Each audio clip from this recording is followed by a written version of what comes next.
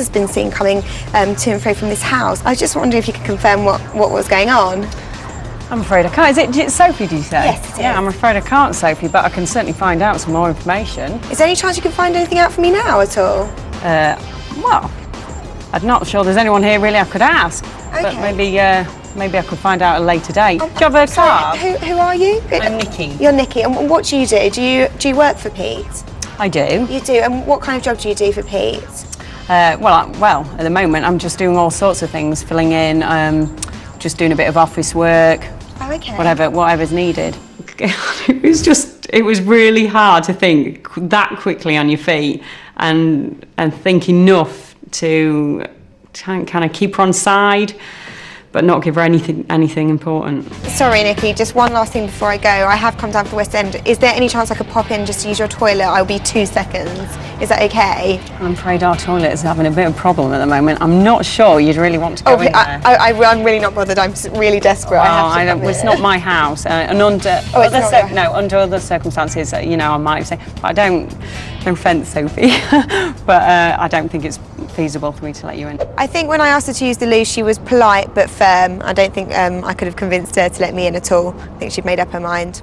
Hi, Sophie. Hi, what's your name? Denise. Hi, Denise.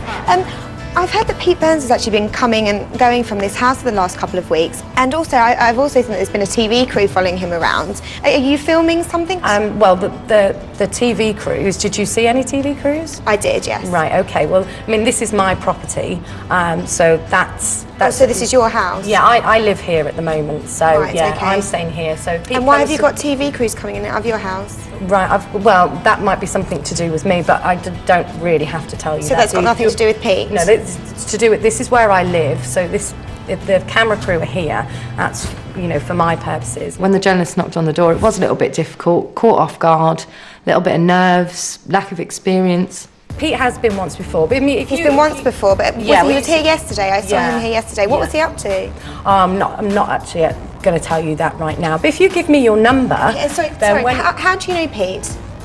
Sorry, I work for Pete. Oh, you do? Yeah. What kind of job do you do for Pete? I'm not going to tell you that right now. But if you want, how well do you know him? If you give me your number, I will gladly sort of give you a call if there's anything else that, you know, I want to tell you. Sorry, one last thing. I know it's really rude, but I've travelled from the West End and I desperately need to use the toilet. Is there any chance I could pop in for 2 seconds, please? Right. Yeah, I do actually have a bottom toilet. Okay. Can I just nip in really quickly then? Yeah. Thank you.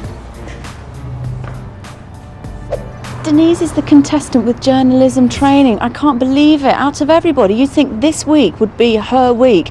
And she's just fallen flat on her face. I just can't believe it. She just rambled on and on and on. And she was just going round and round with this story about this was her house. She was living here. She had her own camera crew. What was that all about? Why would she say that? And then she let the girl in at the end. Yeah, come on in. I mean, she thought she was being polite, but it was just outrageous. Come on, the girl's a journalist. Wise up. Donna may not be impressed by how the candidates handled Sophie, but not all reporters are on doorsteps.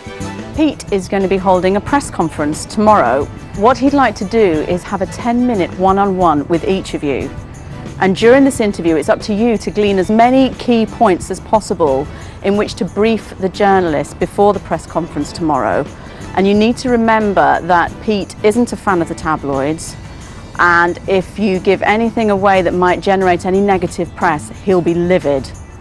It's a tough one, so I wish you lots of luck. Oh.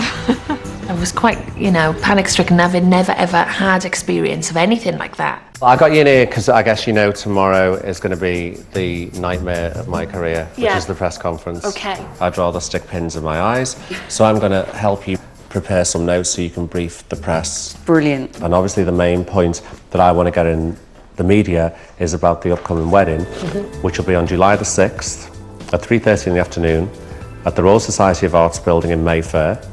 The element that I wanted to concentrate on is the clothes, because that's fairly innocuous. I've managed to dig out a really old designer called Kansai Yamamoto, who used to do all of David Bowie's Ziggy Stardust drag. Right, bear with me, I'll need to spell that. Oh, Kansai Yamamoto, it's easy. He used to do all of David Bowie's Ziggy Stardust costumes. He's making me a really, really flamboyant Japanese wedding kimono. The guests, it's still a bit vague who the guests are going to be, but I guess one of the surprises that's still in the pipeline is, as a real surprise due to the Big Brother debacle, it's a possibility for a laugh Jodie Marsh might be a bridesmaid. Oh my God. Really? Is that your idea? Yeah, but the thing was that it was a TV show, and obviously I lost my rag on her, but I don't think there's any bad feeling between either of us. But the fundamental things, I don't want this wedding to be presented just as a joke. Are there any subjects quite close to the bone, really ridiculous subjects, taboo, I need to steer from? With music, they obviously try and concentrate on You Spin Me Round, and what everybody seems to forget is Spin Me wasn't the only hit I had. I had 11 top 40 hits at that time, and also several huge hits in America and mega success in Japan, but nobody concentrates on that. I'm only ever remembered for Spin Me, which I find quite offensive. It's as though it was a one-hit wonder, and believe me, I wasn't. Yeah. You know, a thing that the press always focuses on me for is plastic surgery, and what they fail to realise is that most of the surgery I've had is not plastic surgery, it's reconstructive surgery, and it's been because of a few plastic surgery operations that I reacted badly to. And then the whole journey that I've been on over the last few years is reconstructive surgery, which is basically the way they rebuild somebody who's been in a serious bomb explosion or a car crash. So when they refer to it as plastic surgery, reconstructive surgery, that's the difference between a boob job and a mastectomy. It's a very serious thing for me. If one journalist stands up and understands the fucking difference, that it's difference between a boob job and a mastectomy. Yeah, and tap and ballet. Yeah. Yeah. Or a boob job and a mastectomy. Okay. But they'll focus on that. They'll go into Big Brother, and after Big Brother, because I'd just come off the surgical table when I went into the Big Brother house. I'd had a major operation. I was on so many painkillers and so many anti-inflammatory medications when I went to the Big Brother house that at the end of it, I went into a complete meltdown, and of course ended up being an old jailbird. So I can briefly touch upon that, but is that old hat? It's all been done. Well, the way I'm dealing with the media is I talk about things when I'm doing them, and I've done those, but it's always going to, everything that I've ever done is going to come up to haunt me, and ideally I'd like to be moving forward with things to talk about. I mean, the things that I'm moving forward into is Michael's doing a photography book, like a coffee table book called Untouched, which is just photographs of me. I don't want to put any biographical details in it. I think a picture speaks 1,000 words. And the photos will speak to themselves. None of them are going to be retouched, so it's a very brave thing to do. They're absolutely raw photos. Is it just going to be photos, or is there going to be just photos and maybe because Michael writes poems, and it'll probably be photos and poems to accompany the photographs. Nice. So it's like a joint effort then, really. It truly is. I'm just the subject, but he's been studying photography for a few years now, and that's really what he wants to do. Okay, so tomorrow's a really big day. I'm dreading it. I want you to go out and brief them, and with this thing that you put together, I want you to brief me, so I'll be absolutely immovable on it. They can't sway me. I'm going to need you to help me there. I want you to do your very best and look fabulous. A lot of the stuff he talked to me about, I've got a background knowledge on because I knew it, so it was really good for when it came to writing down notes, because I could concentrate on the things that I didn't know. So tomorrow I just graduated from a journalism degree, so I'm hoping that does give me the edge, but then also you can't help but worry that if you don't win, you're going to look like a bloody fool, aren't you? I haven't got the greatest handwriting in the world, and I don't do shorthand, so I was scribbling frantically, and I really need to get those points written down in a clear format so I can thread this speech together.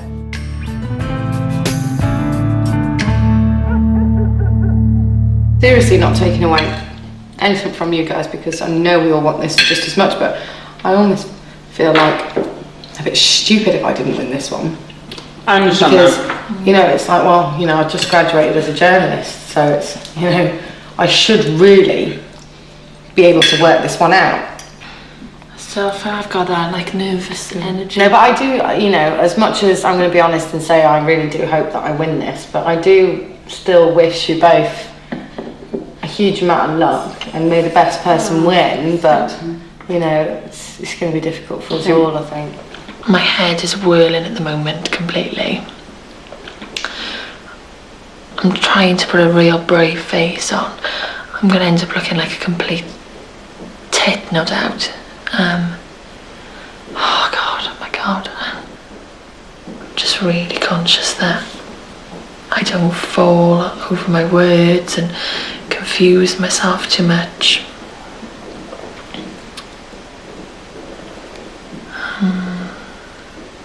Yeah.